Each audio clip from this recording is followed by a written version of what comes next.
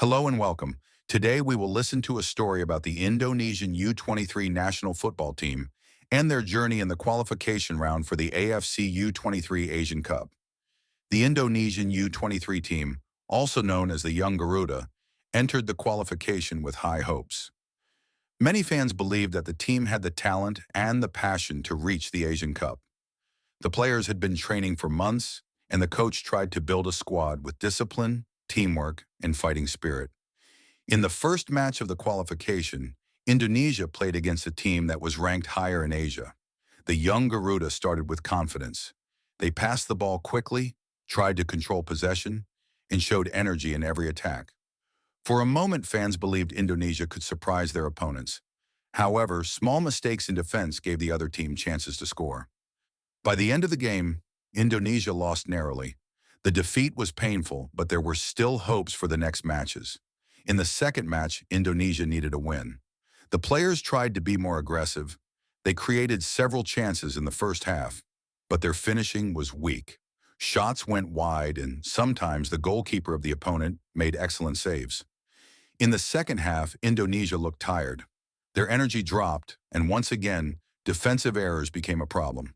The match ended in a draw. This result made qualification more difficult because Indonesia now needed a big victory in their last game. The final match was full of pressure.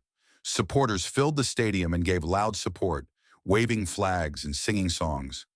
The players entered the field with determination. Everyone knew that only a victory would give them a chance to qualify. In the first 20 minutes, Indonesia played very well.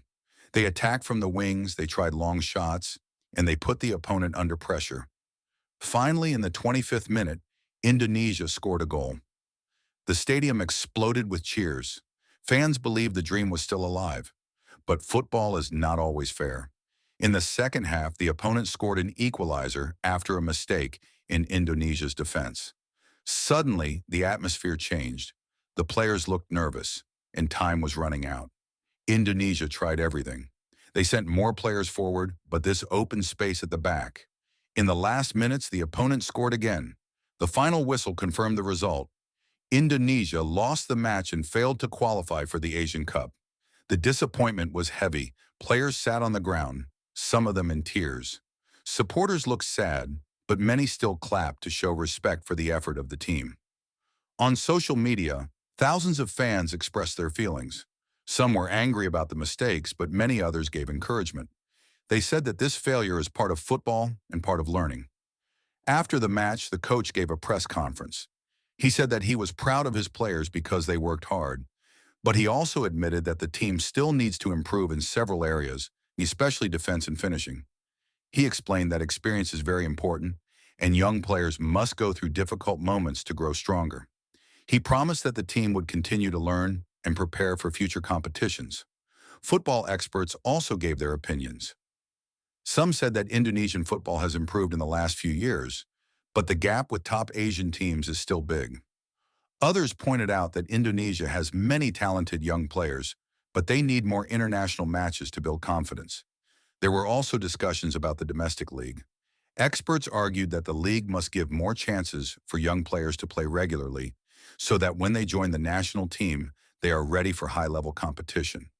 Even though Indonesia failed this time, there are still many reasons to stay optimistic. Many of the players are only 19 or 20 years old. They still have years to develop their skills.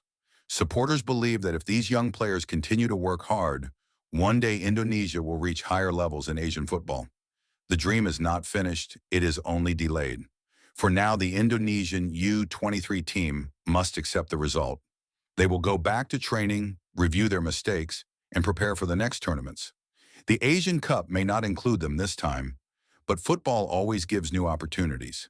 Every failure is also a lesson, and every lesson can become the key to future success. So that is the story of the Indonesian U-23 team and their journey in the qualification round. It is a story of hope, hard work, mistakes, disappointment, but also belief in the future. For the players, the journey continues. For the supporters, the dream is still alive.